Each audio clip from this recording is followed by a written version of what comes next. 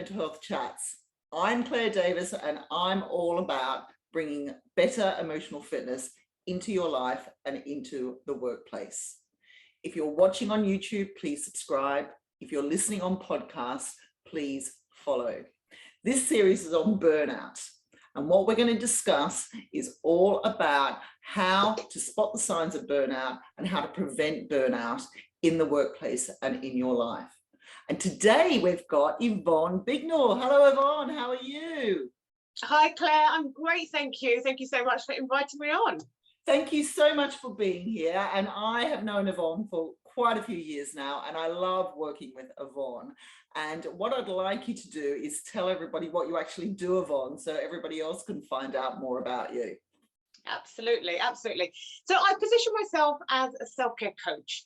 And basically, what does that mean? I am all about people really reconnecting with themselves, their health, their well-being, and putting themselves first, not for selfish gain, but so that they can fulfill their purpose from a place of energy, and so that they can avoid things like burnout, which inevitably comes up, be it in the workplace and sometimes for other reasons outside of that. So I work both for the mind, so that the kind of mental approach, but also from the physical well-being. So I do an awful lot of work out in nature, as well as coaching, be that in person or online, either way, but kind of really blending different techniques to really help people get back to self so that they can function optimally, because ultimately that's what we want to do.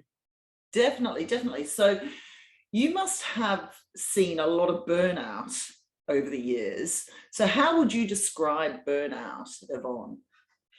Yeah, and I would say sadly I have. And I guess if I were to describe it, it's really that blend of emotional and physical exhaustion. I mean, I think that's probably in a nutshell, that's how I would describe it. And for the people that I have seen experience it, it literally is, zero zest for life. There is no motivation. There is a sense of being detached from self, from others, from their environment, and in many ways, almost like a loss of self. Because nothing seems clear. Everything's quite blurry.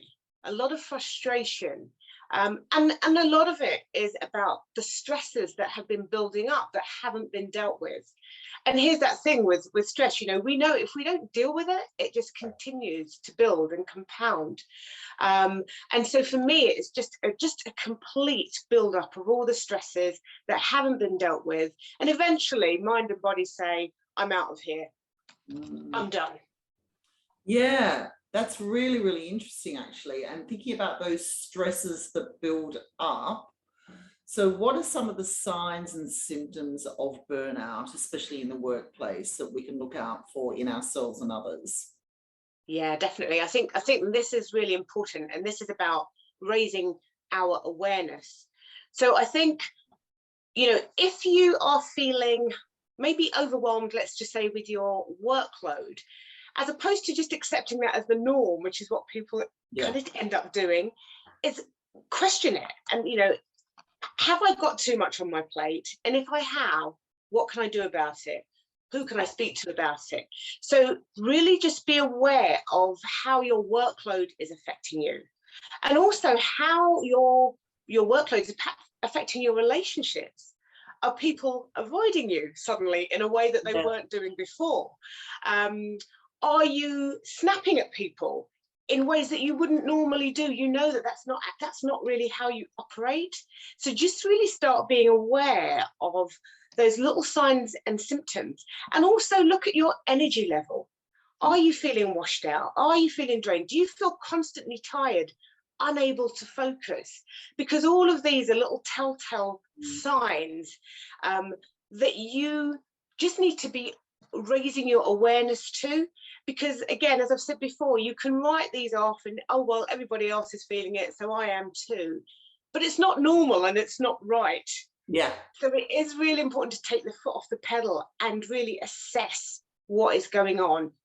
Yeah. And I think relationships in the workplace is a really good place to start, Claire, because we often, and I don't know about you, but certainly for me, when I was an employee, I could see when somebody wasn't in a great place, their attitude towards other people and their work changed, even slightly, but you could pick up on that.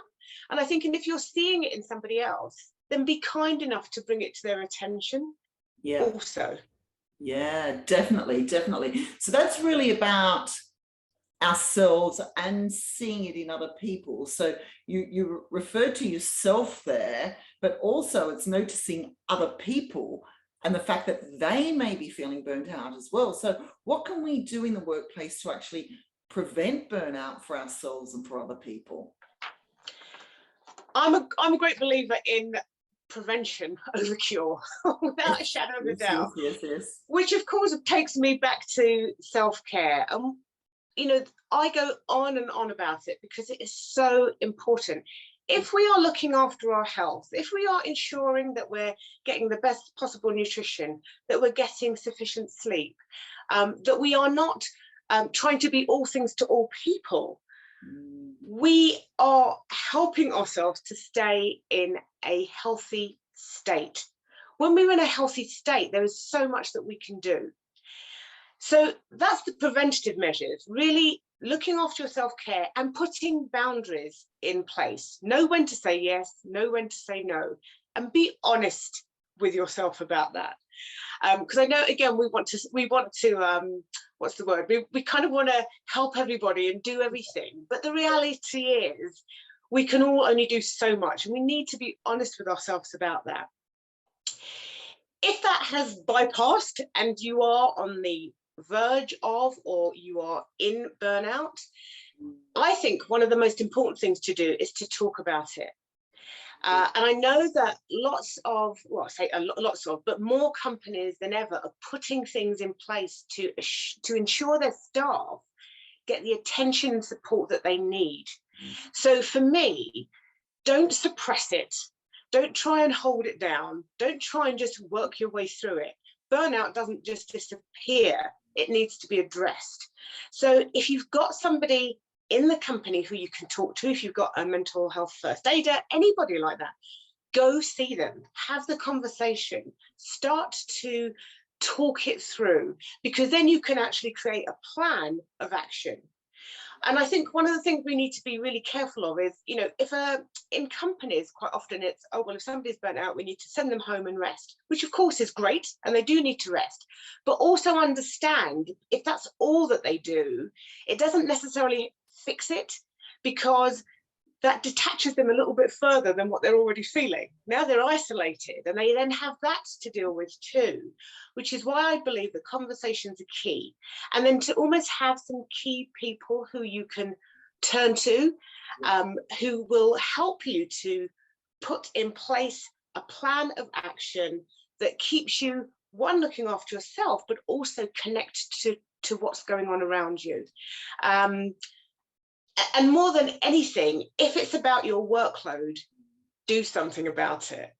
I think the days of feeling that we need to be working from 6 o'clock in the morning till 11 o'clock at night, I'm sorry, over, stop. We need to be able to find much more sustainable and manageable ways of being. And again, if that's a conversation with line managers, then that's the conversation you have to have. Better to have that, even if it feels awkward and icky, than to end up being ill.